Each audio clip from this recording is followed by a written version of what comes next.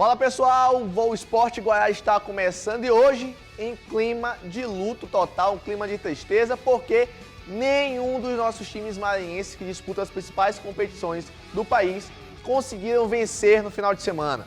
O Motoclube foi eliminado dentro de casa depois de perder lá em Natal por 1-0. No estádio Nilzinho Santos, o placar ficou de 4-2 para o América, que não tomou conhecimento, fez um jogo extremamente inteligente e eficaz nos contra-ataques. O Motoclube, infelizmente, caiu nas oitavas de final da Série D. Já o Sampaio Corrêa, jogando fora de casa contra o Londrina, abriu o placar com um belíssimo gol do meia Léo Arthur, mas pegou a virada e o placar ficou em 3-1.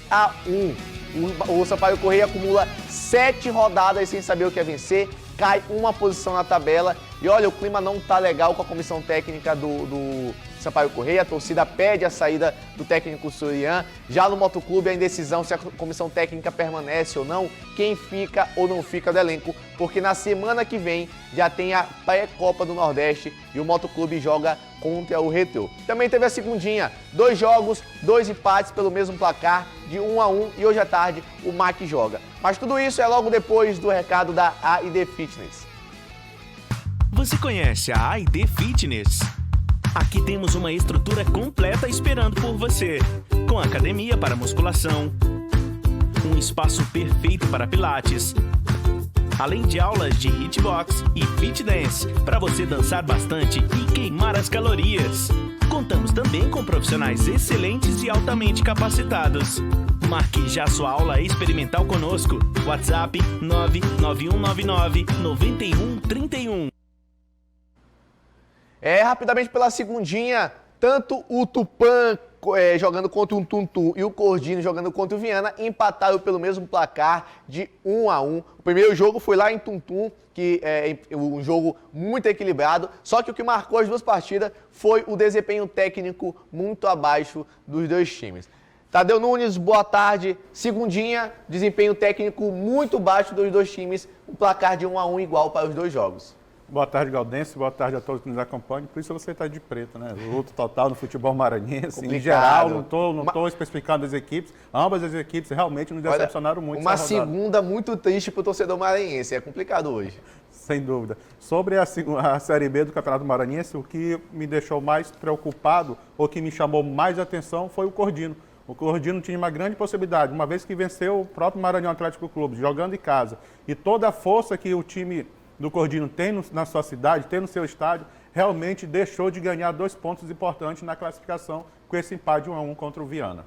São 2 jogos que terminaram empatados, a gente tem a tabela aqui atualizada da classificação da segundinha, lembrando que apenas 2 times vão conseguir o tão esperado acesso à elite do nosso estadual. Quem está na parte de cima é o Cordino, apesar do empate, que na verdade, eu acho que nem foi contabilizado, eu acho que a tabela Eu acho que a tabela está desatualizada.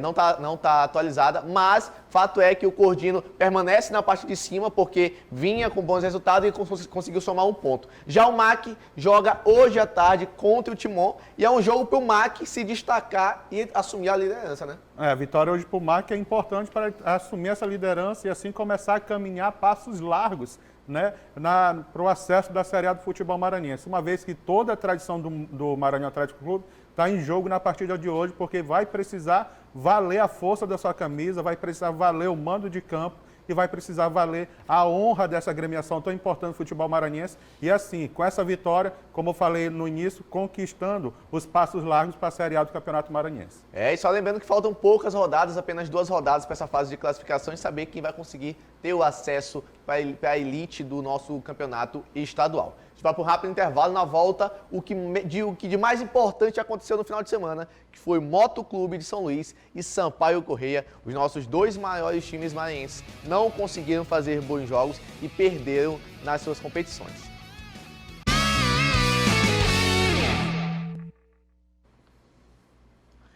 Meus amigos, não deu para o Motoclube mais um ano sem conseguir o tão esperado acesso à Série C do Campeonato Nacional, a terceira divisão do nosso Campeonato Brasileiro.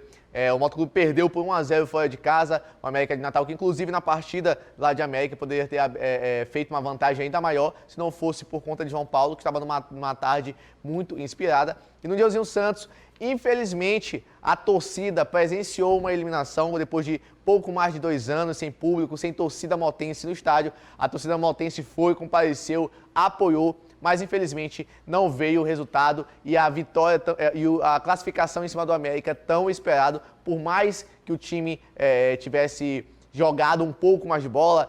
Também é detalhe, né, futebol, o próprio Márcio Diogo conseguiu botar a bola na trave, o zagueiro do América tirou bola em cima da linha do próprio Márcio Diogo, e o América de Natal veio com uma proposta muito bem definida de atuar nos contra-ataques, e em 2 contra-ataques conseguiu marcar 2 gols ainda no primeiro tempo. O placar terminou por 4-2 e o Sampaio e o Motoclube está eliminado da Série C. E a Mariane Dias mostra pra gente como é que foi esse jogo ontem à tarde no Nilzinho Santos. O primeiro tempo começou com o Moto tomando a iniciativa da partida. Sabe como é, né? Em casa, volta da torcida, mata-mata, e a equipe chegava bem, criou boas chances, mas nada que conseguiu abrir o placar. Aos poucos, o visitante foi acertando nas marcações e reagiu. Logo aos 14 minutos, Mazinho marcou um golaço e abriu o placar para o América. Além do gol, o Papão parece que também tomou um balde de água fria. O time despencou na produção e deu espaço para o segundo gol do Mecão e o segundo do Mazinho. Ele com certeza foi tranquilaço para o vestiário. E no retorno para o segundo tempo, o jogo começou no mesmo pique do primeiro. O América na confiança e dando aula de organização. E daí foi aumentando o placar. O terceiro gol veio logo aos 13 minutos com Luiz Henrique. E em uma altura dessa, alguns torcedores deixaram o estádio.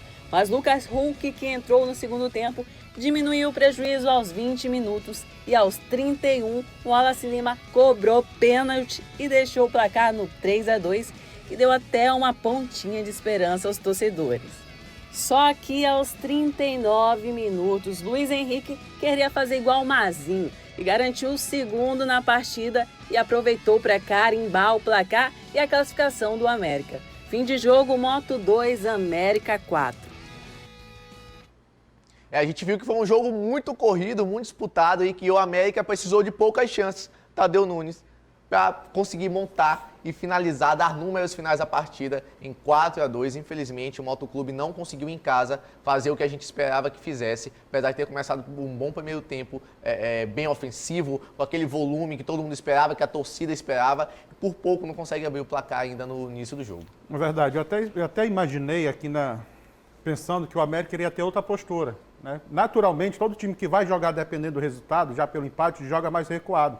Eu imaginava que o América ia querer dar um susto no Moto logo no início, para o Moto ficar ligado. O time do Moto é o que a gente espera dele. O Márcio Diogo, no último terço de campo, ele desequilibra. Um pecado essa bola não ter entrado. Outro lance que não passou antes desse lance do Márcio Diogo, o próprio Márcio quase faz 1-0. Então o Moto teve a oportunidade de abrir o placar. Por questões de sorte do jogador do América tirar quase de cima da linha, o Moto não conseguiu fazer 1-0. Tomou esse gol, não sei se pode repetir, mas o primeiro gol do América, a Mariane bem fala ali que foi um golaço, não se fala só da conclusão do jogador do Mazinho, mas se fala do início da jogada, como o Alvini ele recebe essa bola, ele já tira do Diego Renan, num toque de bola, aí o Diego Renan dá espaço para ele, vira essa bola lá nas costas do esquerdinho, o Marcinho já domina cortando também o esquerdinho, ó. O toque ele dá na bola, ele já bota no vazio, vira o jogo, o esquerdinho dá espaço para ele, quebra a linha de 4, ele consegue dominar e com a categoria que nós já sabíamos que o Mazinho tem, fez 1-0. O segundo gol também foi reflexo de que aconteceu muito na partida. O espaço que o time do América teve na frente da defesa do Motoclube. Tanto o Abu como o Vander, o Abu ele tem um bom passe, não tem aquela pegada que tem um Codó, que tem um Lucas Huck, mas ele tem um bom passe. E essa era a ideia de jogo que o Zé Augusto queria. Mas só que esse bom passe do Abu se resumia muito na ligação direta, porque o Ted Love não vinha buscar essa bola no pé do volante. Então essa ligação direta favorecia muito a zaga do time do América e cortava ela de frente. O Henrique foi sobrecarregado porque essa bola era muito espetada. Então, quando ele conseguia dominar essa bola, já tinha 2 jogadores dobrando a marcação no Henrique e ninguém chegava para dar esse apoio. O meio de campo do Moto foi realmente que não existiu, tanto na pegada como na marcação, como pensou o Zé Augusto. O Lucas Huck, com o quilate que ele tem, para o que ele veio, que foi para resolver esse problema na Série D, o Lucas Huck, mesmo voltando de lesão, ele poderia ter entrado no início da partida, não só pela qualidade que ele tem, tanto de marcação, proteger a zaga, mas pela liderança que ele tem no meio de campo, ali ele poderia também controlar os ânimos do Motoclube. Como bem falou a Mariane Dias, 1-0, depois 2-0, aí foi um balde de água fria, talvez até já torcia que acabasse logo o primeiro tempo, para Zé Augusto conversar, chamar a galerinha ali para respirar e voltar para o segundo tempo mais ligado. Estava acontecendo isso, aí mais uma vez num contra-ataque, onde o Moto estava saindo, o Moto pegou 3-0, aí realmente ali acabou todas as forças do Moto, mesmo o Lucas Huck fazendo um belo gol. Se você vai pegar o início do lance, ele ganha na força física, que ele é um jogador forte, vai já na linha de ângulo fundo, também, né? sem ângulo, consegue finalizar. O próprio Márcio vai fazer um cruzamento, a bola bate no travessão e não entra logo em seguida. Se essa bola entra, fazia 3-2, aí se viria o pênalti, era o empate, realmente criou ali uma esperança, depois do 3-1. Mas logo em seguida também, numa substituição que o Jefferson Silva entrou no lugar de Esquerdinha, ali eles cederam o lateral bobo e não tiveram a competência de marcar o lado esquerdo. Essa bola foi virada lá para o time do América e o jogador, acho que Luiz Henrique, conseguiu finalizar. Ali decretou de novo a vitória do time do América. Não desmerecendo o América, como bem você falou, o América foi muito inteligente, fez um jogo cirúrgico. E o Moto veio nessa pegada, né? Desde a fase classificatória, perdia um jogo, conseguia ganhar outro, mas no saldo geral, o Moto chegou muito longe. Agora, vai destacar também, Galdêncio, o poderio financeiro do América. Esse Esquerdinha, ele não foi para o time do Altos jogar a Série C, porque o América cobriu o salário dele. O Esquerdinha ganha mais de 20 mil reais. Então, para você ver, eu estou falando de um atleta, imagine os demais do time do América, aquele centroavante que foi apresentado no Sampaio Corrêa para o Maranhense, tá, que me fugiu o nome dele agora, acho que o Smith, estava no Sampaio Corrêa. O Max também, centroavante do América, é banco no América. Então o time do América é um time muito bem qualificado e mereceu sim a classificação.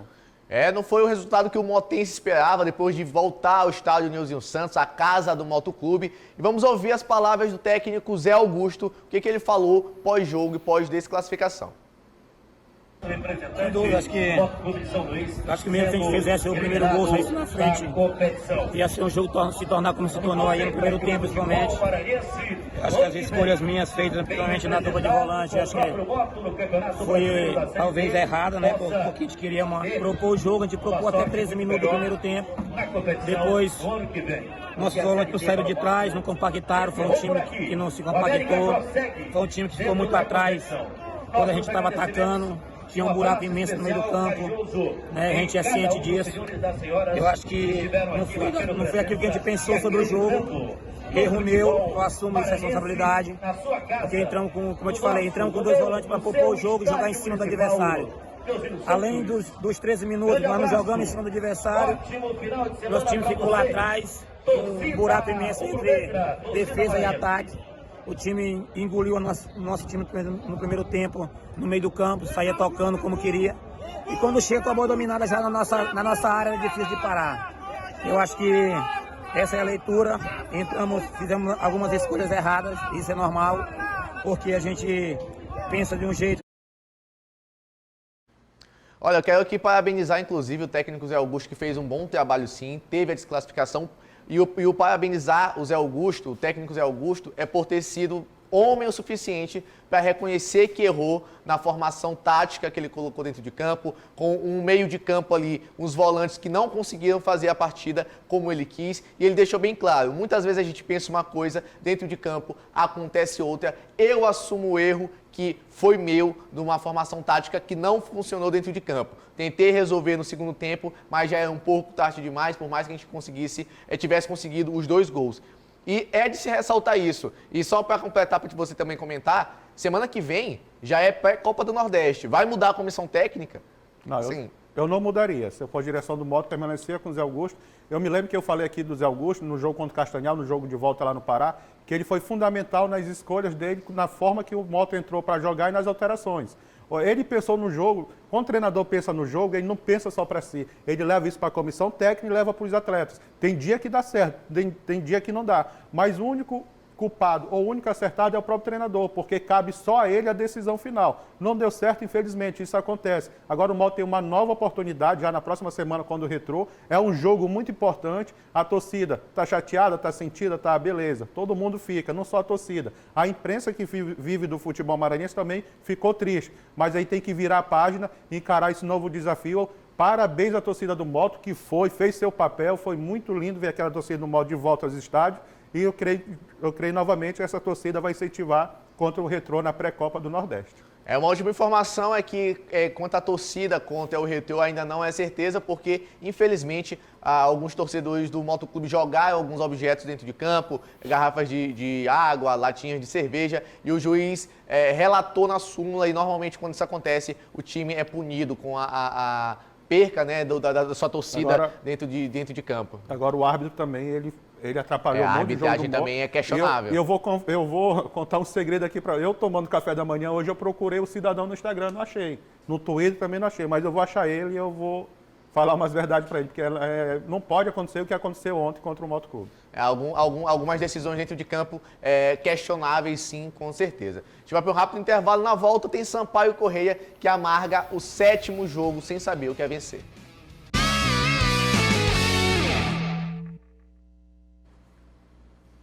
O Sampaio Corrêa, jogando fora de casa, começou muito bem a partida, marcou um golaço com o Léo Arthur, que é o 2º jogo consecutivo que o meia Léo Arthur consegue marcar o gol. Isso é muito importante para o Sampaio Corrêa, mas tomou a virada para um time que está na zona de rebaixamento, e o Sampaio Corrêa brigando para tentar chegar próximo ao G4. Um jogo muito complicado, e o presidente Sérgio Frota, mais uma vez, ficou na bronca com o time. Mas vamos ver o que aconteceu nessa partida na voz de Mariane Dias. Londrina e Sampaio começaram com tudo o primeiro tempo. O tricolor foi o primeiro a abrir o placar aos 13 minutos com Léo Arthur angulando no fundo das redes de Dalton. Mas a resposta dos donos da casa foi imediata. Marcelo Freitas chutou firme e não deu chance para Luiz Daniel. Aos 40 minutos, Zeca cruzou e Caprini cabeceou certeiro para virar o jogo. O Londrina precisou de apenas 26 minutos para marcar 3 gols e virar o jogo. No lance seguinte, Roberto tirou Paulo Sérgio da jogada e bateu direto para o gol para aumentar a vantagem. E a ida para o intervalo foi assim, de boa para o Londrina. No segundo tempo, os times voltaram meio fracos e sem energia. Ao invés de jantar um pouco, né? Mas com a vantagem, o Londrina segurou a bola e esperou o tic-tac do relógio passar. O Sampaio não reagiu e acabou levando mais uma derrota nas costas. Fim de jogo, Londrina 3, Sampaio 1. É um jogo em que a gente viu que o Sampaio Corrêa teve pouquíssimas mesmo chances de tentar ampliar o placar, marcou um gol e recuou automaticamente. Diga-se de passagem, essa tem sido a atitude do Sampaio Corrêa em todos os jogos, em casa ou não, o Sampaio Corrêa consegue abrir o placar, consegue sair na frente na partida, mas não consegue segurar e permanecer, ter a mesma constância, a mesma intensidade durante todo o primeiro tempo ou mesmo no segundo tempo. Diga-se de passagem, pegou um empate contra o Brusque dentro de casa, com 2-0 no placar, pegou um empate novamente contra o Remo, com um jogador a mais dentro de campo, desde os 18 minutos do segundo tempo. Então, assim, essa falta de constância, essa falta de cadenciamento de jogo durante toda a partida, deixa as coisas muito complicadas e a torcida já não está mais num clima tão amistoso com a comissão técnica e o técnico Felipe Sorian. A gente tem aqui uma publicação oficial do presidente Sérgio Frota, em que ele fala, faz um resumo do que foi essa partida, e ele fala mais ou menos assim: mais um resultado adverso fora, depois de sairmos na frente contra um time que está na parte de baixo da tabela, o Londrina. Nada justifica a sequência negativa de 7 jogos, salários e aluguéis em dias, condições de trabalho dignas e um time na Série B. Time reforçado conforme solicitado pela comissão técnica, e por aí vai. Temos condições e vamos reverter essa situação. E ele segue seu texto falando sobre esse péssimo desempenho do Sampaio Corrêa. Tadeu, como explicar esses 7 jogos sem vitória? Complicado demais. O time do Londrina deu 6 chutes a gol, fez 3, né? Aí quando ele fala que salário em dias, aluguéis em dia, porque o clube paga também a moradia dos atletas, tem refeição e tudo mais, beleza. Aí quando ele fala que os reforços que o treinador pediu, eles foram atendidos, aí sim já começa a olhar com meio de atravessado para o Felipe Surian.